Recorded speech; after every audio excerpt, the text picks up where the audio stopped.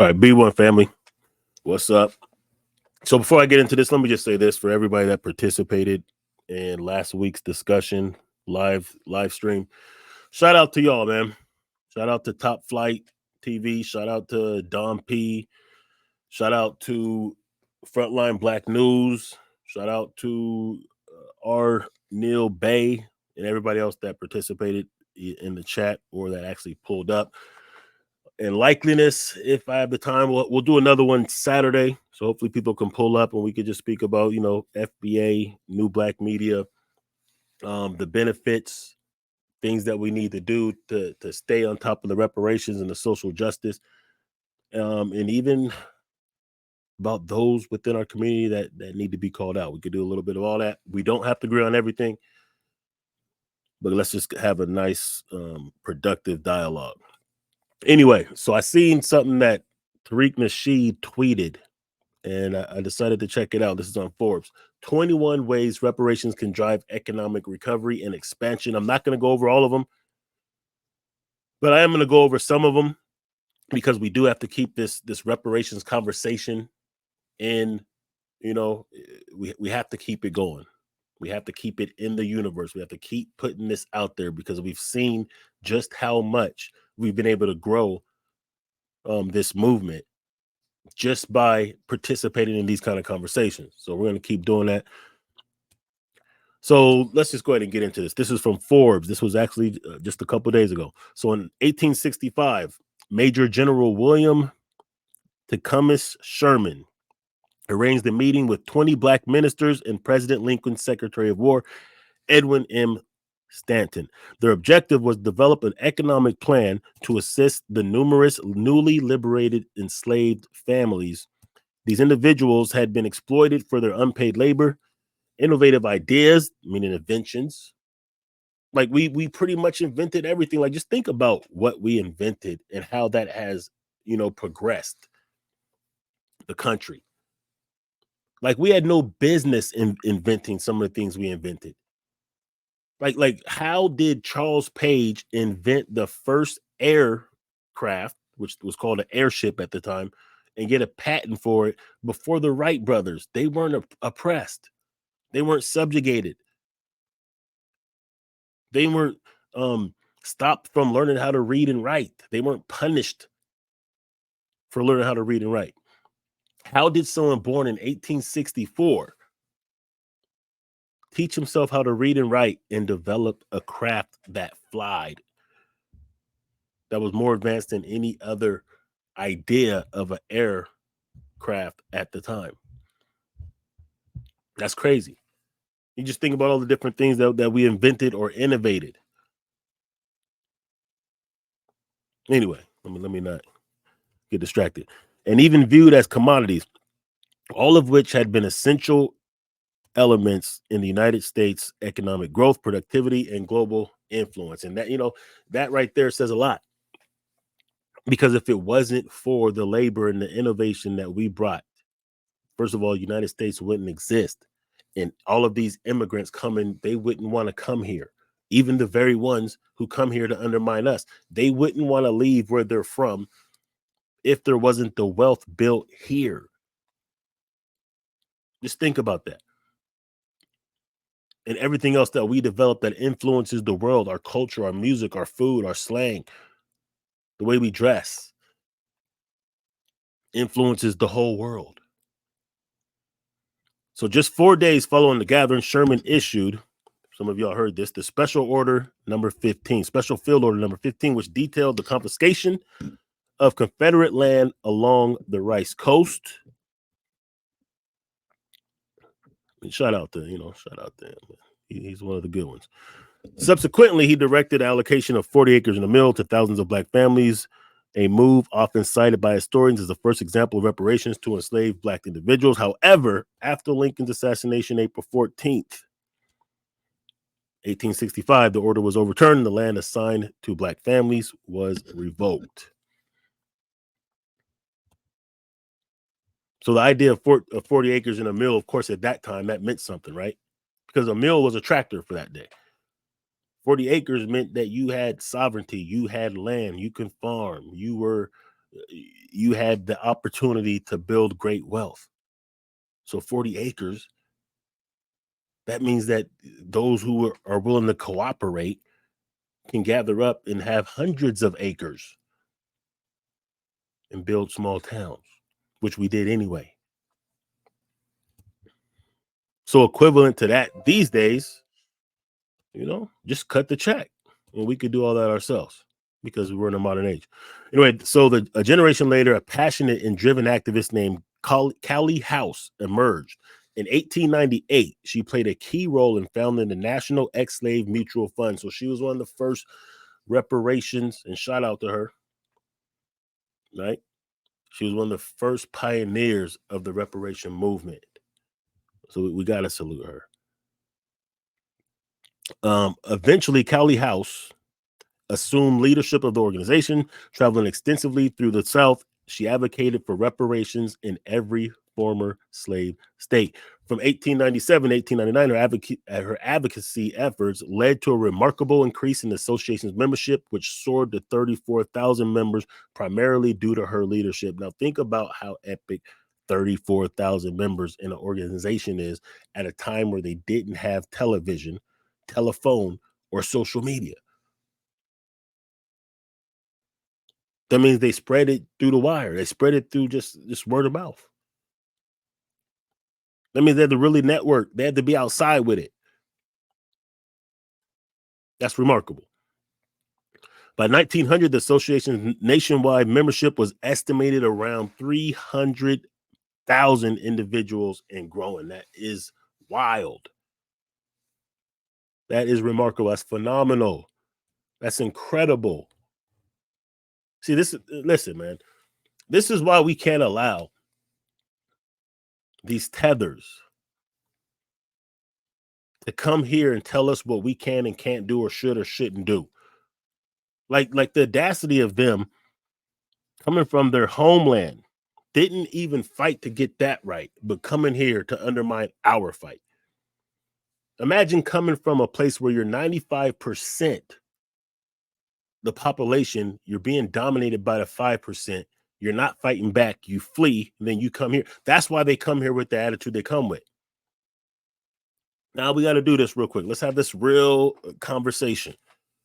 That is why they come here with the mindset of, why are you niggas just complaining? Because think about it, they just came from a shithole where they might not even had running water. They might not even had a roof over their head. So they come here, they're like, dang, compared to that, we're living good. Why are these niggas complaining? That's the mentality they're coming with. They're coming with a mentality that even though they're 95% of the population, they were afraid to overthrow the 5%. They didn't want to fight for what was theirs. So of course they're not coming here with the revolutionary spirit. They fled. The ones with the revolutionary spirit are still there fighting, generally speaking. And the ones that they allow over here, they already have assessed them and screened them to know just what, and they've even been able to tamper with them to indoctrinate them in a mindset that they already know when they get here, they're not going to be riding with us. So they come here, and instead of fighting the real machine, they're fighting with us. We're marginalized. We're fighting titans over here. They come here to fight with us. Like, imagine us going to South Africa, where Julius Malema, shout out to him, salute to him, and the economic freedom fighters are fighting to take back control of their land from the foreign powers and the puppets that the foreign powers put in to rule after the apartheid. Imagine us going over there telling Julius Malema and the EFF and the South Africans that are rightfully fighting for what's theirs. Imagine us going there and telling them, hey, shut up, man, calm down. Y'all don't deserve that. There's nothing wrong with the white man. There ain't no racism. Why you guys complaining? Just work harder. Look at me. I came over here. I'm doing fine. I'm doing good. Imagine us doing that. That's essentially what they're doing. So the spirit that we have of fighting from day one, a never-ending struggle that we've endured, and the incredible things that our ancestors did. This is why we revere our ancestors. This is why innately every FBA understands their obligation to honor their ancestors. This is why we spit fire at tethers and coons that come against us. Because you're in the way when we're fighting for justice, for equity, and for what's ours here. And especially these newcomers, they wouldn't be able to come here, nor would they even want to come here if it wasn't for the work that we did to build the wealth of this nation and the work we did politically to clear the way for them to be able to immigrate here just to backstab us. But check this out. Because the struggle continues, tragically, she was wrongly convicted and incriminated by the U.S. government in 1917 without any evidence. She received a felony charge and was sentenced to a year in prison, severely hampering her progress and sabotaging the movement. See, we've had to do this fight over and over and adapt and re-strategize. But we never gave up. We never give up. So that's in the same spirit, they try to sabotage what we're doing now. Remember when we first started gaining steam on this, and this was before my last channel got taken down, and they had a Senate hearing. Remember what they did, for some of y'all that remember? What's that dude's name? Coleman Hughes, the Puerto Rican homosexual wannabe rapper who got in front of the Senate and told the Senate that black people don't need reparations. And all the other coons that they brought in to echo that same sentiment.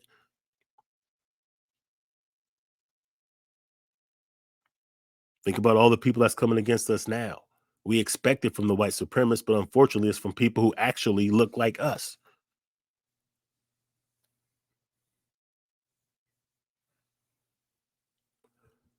Let's go. So 72 years later, now we got this. We're not even really going to get into the HR 40 because, that wasn't productive at all. But it just shows that there's, we have been pushing this line, and they do sabotage it. They do use controlled opposition. They do use controlled non-opposition, even just to slow roll the process. All right. So as we know, the California Task Force study gained some traction. Of course, some of the things that they're throwing out, we wisely reject because we have to get it the way we want it. We have to get it the way we need it. We have to get it the way we deserve it. And cash payments first and foremost. Because if they stop at cash payments, at least we can still maneuver. But after cash payments, then we can speak about other things that need to be done to rectify what we lost and what we should have gained. Because the idea of generational wealth is a serious thing. The idea that because we were enslaved and owned as property and wasn't allowed to own homes even after slavery, when home ownership is the biggest wealth, generational wealth builder in the most common ways to hand down generational wealth. We weren't allowed to participate in that. Most generational wealth, 90%, is homes being handed down to children. It's not millions of dollars being handed down in inheritance. No, it's as simple as, hey, I own this home. When I die, it's going to my child. When it's going boop to boop. And because home ownership has equity involved in it, you could borrow against your house. You could sell your house. You could maneuver in ways that you can't when you're renting. So this is how other communities have been able to accumulate wealth and have had a head start for generations. Then you throw in the idea that if we were compensated while we were building the country, we wouldn't need any of this. We would be among the wealthiest of this nation. We wouldn't have had the broken lines in our family. Anyway, that's a whole different subject. Let's get to this 21. Start with number one.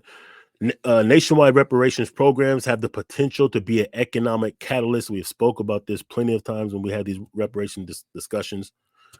As reparations stimulate economic activity within Black communities, they will create ripple effect and that extend beyond the direct beneficiaries. Increased business activity, investment, and consumer spending can lead to significant job creation and economic growth for everyone living in these communities. Boom, that's it.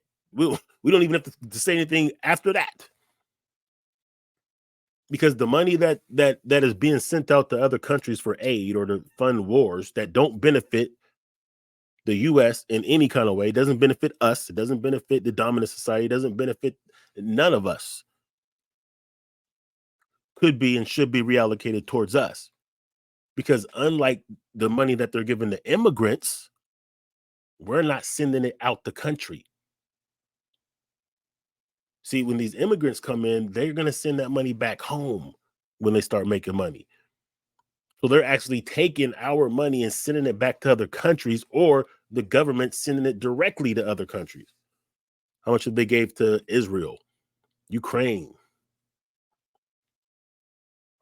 dozens of other countries. See, the money that we acquire, we're going to spread it around within this country. It's going to circulate. It's going to stimulate the economy. It's going to help everyone, not just us, but indirectly, it's going to help everyone. It's going to create jobs. Improve infrastructure and service. Reparations could help improve infrastructure and public services in Black communities. This means more opportunities for entrepreneurship and innovation, as well as better government oversight. It could also create new roles for experts. This investment might involve upgrading schools, healthcare, transportation, and other major services. So, in other words, it's going to improve the communities in which we live in. Lower housing costs. Some reparations programs might involve reforming policies to make it easier for local small developers and residents turned entrepreneurs to build housing areas or houses in areas where discrimination and redlining has been a longstanding problem. Well, it's going to give us the ability to increase our home ownership. That alone will close the wealth gap. And then because we've always been a people that were willing to give back to our community when we had it, and to build our own communities up when we have the means to, of course, it's not just going to be public schools improving. We're going to create our own schools, our own learning institutions. Umar might get that school going. And everyone that has these home schools that's already popping now, they can get their own brick and mortar building. We can update our educational process. We could build housing projects, not projects, but housing structures.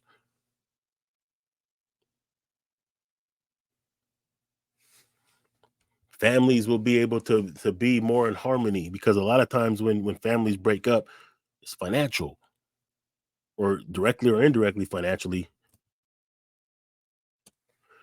All right, so reduction on social and economic inequality. Reparations have the potential to address long-standing social and economic inequalities that negatively impact not only Black communities, but society as a whole. By reducing the racial wealth gap and promoting economic equity, reparations can create a more just and inclusive society where opportunities are more equally distributed. This can lead to greater social cohesion and a stronger sense of community and trust amongst all residents. Encouraging innovation and entrepreneurship. Of course, if you have the means to do something, now your ideas, you can actually attempt to create these ideas. Now you have the means. Crowdfunding is a lot easier. Now we can get these ideas up and going. The idea that you've been thinking about that you really want to do, but you just don't have the means to do it. can now become a reality. Business, technology. You're selling plates right now. Selling plates just to pay the bills, just to compensate for your lack of resources. But you're real good at cooking. All of a sudden, that turns into a restaurant. You're selling T-shirts, drop shipping. And all of a sudden, now you could just go ahead and buy a small factory, or you could upgrade your business.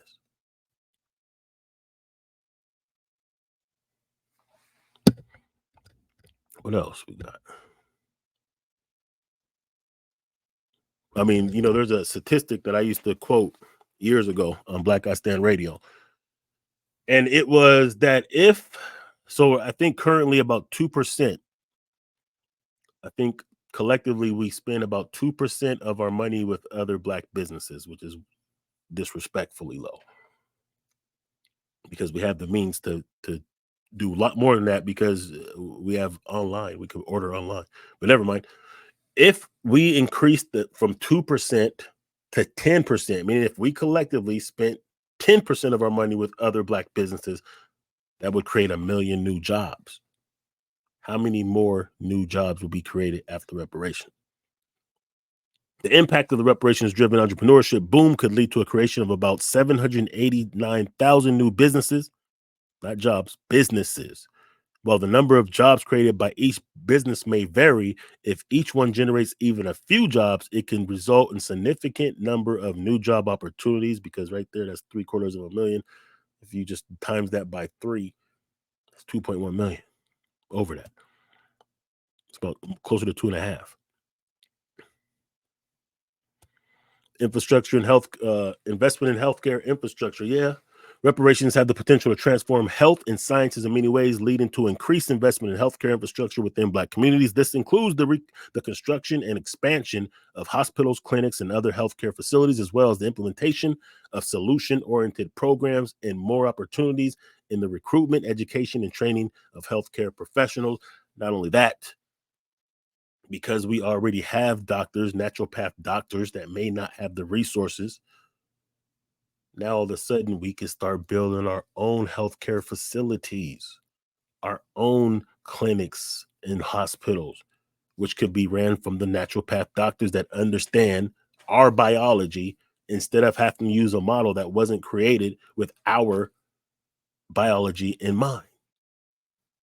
That means the Dr. Sabis now will have more resources and more support to do more research, to refine their techniques, and to expand their healthcare services. FUBU, health research and innovation, of course, a lot of times, the money stops us from being able to do the type of research and experimentations and having the equipment that we need. But we know that we've done something with a very little in the past, because the first heart surgery was done by a Black man. Plasma, Black man. Vaccines or vaccinations, that was us. See, now we can put real resources behind some of these sciences that we have known for years, that they would call witch doctors and hoodoo doctors and bush doctors and things of that nature. Now we can put money into things that we can use nature to help cure and sustain us, which will prolong our life without having to rely on Western medicine and pharmacy. Addressing social derailments or determinations of health. Let's pass that one up. Supporting underemployed professionals in STEM. Reparative programs and compensation can help increase the number of underhired professionals in science, technology, engineering, and mathematics. That's a fact. We have a lot of geniuses in the hood that just can't really get a job from traditional outlets, or the money just ain't really there. If you've ever done anything in the activism world, you know that the real grassroots organizations that are doing the most are doing it with nothing. I used to work for one. I used to volunteer for something. because the money just wasn't there. But the what they were doing was good work. The intentions were great. The sincerity was there. The efforts were there. The resources weren't. I've spoke before city council before, pitching for new money, pitching for money. Like, yo, start investing in these mentors, throw some money to the mentors program, this and that. I was successful in being able to get them to do so because I used some of the stats. I'll shoot one out to you right now. For every dollar that goes into locking somebody up or putting them on probation or dealing with after the fact, you would save $11 if you put it in preventive and first level intermediation. Meaning that if you do things and create programs and do things that will be preventative before it gets to the point where, you know, people have to get locked up, you'll save $11, $1 to $11. So that means if we had collective wealth and money that we could put into things, we'll be able to alleviate our challenges in our communities. It will actually be more efficient economically than having to deal with the aftermath of some of these situations. Not only that, because we know poverty and crime go hand in hand in any community. Poor communities commit crimes for survival. This is not something that is just exclusively for Black folks. When white folks were poor in the 20s and 40s, they were committing a lot of crime. They were creating crime organizations. Chicago was getting shot up way before the GDs and Lords and all that. Al Capone. Poverty breeds crime out of necessity to eat.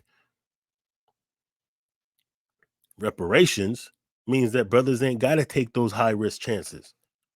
Like people who do crime, people who sell drugs or rob or whatever they got to do to eat, they don't do it because they want to. And those ones, we get them out the way anyway. We'll have the resources to be able to protect ourselves, even from ourselves, if necessary. But drug dealers see themselves as business people. They just don't have another business model they could pursue that's easily accessible, or they don't have the education to know how to do it.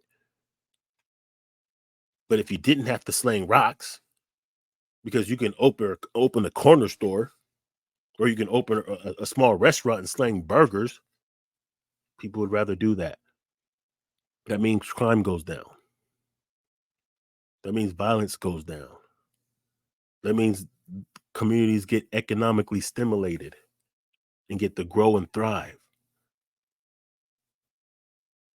That means that smart child that's just an anomaly that couldn't go to school to really develop his or her passion. Now we have the means to do that. It changes the game. This is why so many white supremacists will troll Tariq Nasheed's Twitter spaces with their anti-reparations propaganda, because they understand that they can't compete. Let's keep it a buck, because they know they can't compete. They know that if we just even the playing field, we'll raise the bar to a level that they can't compete. Jackie Robinson, first baseball player, first Negro to play baseball. Of course, we lost the Negro League. That's another thing. I'm gonna do another video later on Ice Cube. That's another thing. Imagine us having the resources collectively where we can now start to do things like put together our own sports leagues. The big three ain't got to be the big three. NFL ain't got to be the only football league in America. Negro baseball can return. We can buy and build stadiums. Who's going to want to come and see the NFL if ain't none of us there? Who's going to want to watch any sport if there ain't none of us there? What about revolutionizing and taking control of the music game, which is ours anyway, by talent and contribution? But Jackie Robinson, Do you think that those white boys didn't want Jackie Robinson playing because they really thought that he was so inferior as a player that he didn't deserve to play baseball with them? Man, that had nothing to do with it. Yes, they had the hatred. They didn't want no niggers around, but not because they didn't think he could compete, because they knew they couldn't compete. You don't think that they went and watched Negro baseball teams play? There wasn't shit else to do at those times. If you're a professional baseball player, that's your love, that's your passion. You're gonna go and see what the niggers are doing. Let's see how they doing over here. Let's go sneak and see this game over here. Negro League was big. No, they seen how we was getting down on the baseball field. They knew it. They knew, oh, we cannot outrun this dude. He will be stealing bases left and right. He'll be running down these line drives that we think are base hits. He'll be throwing us out, trying to tag up from third going home. He'll be jacking balls out the park. A single for us would be a double for him. A double for us would be inside the Parker. They knew they couldn't compete. It wasn't about, oh, he's inferior, he can never play on our level. They knew better than that. That wasn't the issue. The issue was they knew they'd have to step their game up, and most of them would get washed out. They couldn't be in the dugout smoking cigars, eating fat bowls of spaghetti, and still gonna compete with niggas. You know what I'm saying? That was born for this, and they knew it.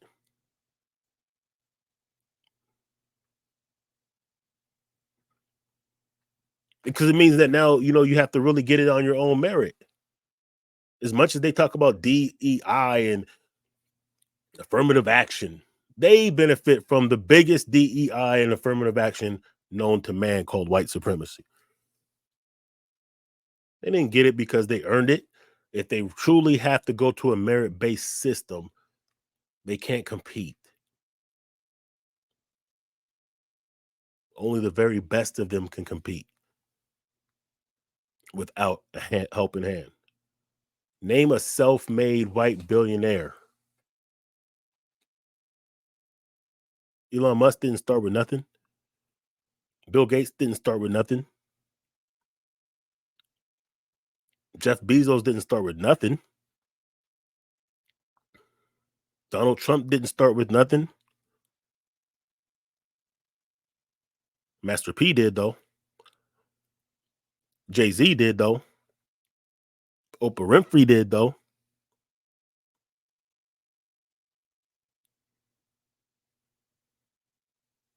Our billionaires had to start with nothing. Dr. Dre started with nothing. Michael V. Robinson started with nothing and got it from the mud.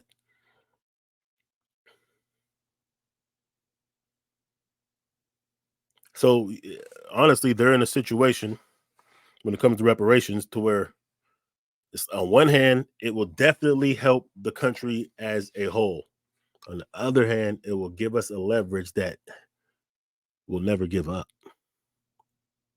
It will raise us to the level to where they know that over time we will surpass them and we will be the dominant in politics and economics and business, media. We'll be able to control our own narrative. New black media, it takes a whole new life with reparations. Think about the reach the new black media has now with some of our greats. Think about some of us, some of you, who, if you had the proper money and equipment and the marketing and how far you could take your message. Now we have a network, because a lot of these real networks, they can't get the kind of same numbers. A lot of these media platforms can't get the same numbers as Jason Black.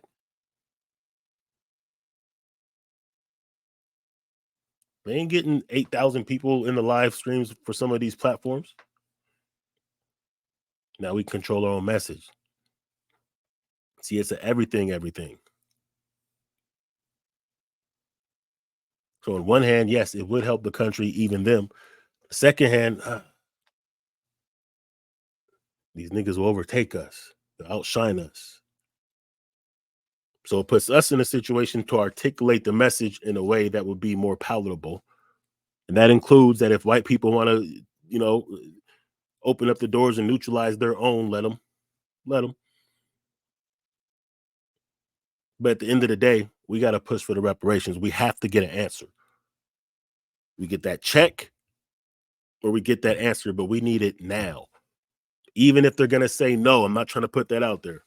We need to know now so we don't try to prolong this thing for another 50 or 100 years. We need to know now so that way we can recalibrate, re-strategize, fall back, let things do what they do. We know it's going to get a little rowdy, most likely, but then now we can maneuver and figure out what we have to do as a response. It's like that. Liberation Minded Media, Black I Stand Radio, Jay Dizzle, you already know, the B1 Truth Bomber. Thanks y'all for watching. Appreciate the time. Subscribe if you haven't already. And pull up Saturday. I'm going to go live sometime Saturday. Pull up. Peace. B1.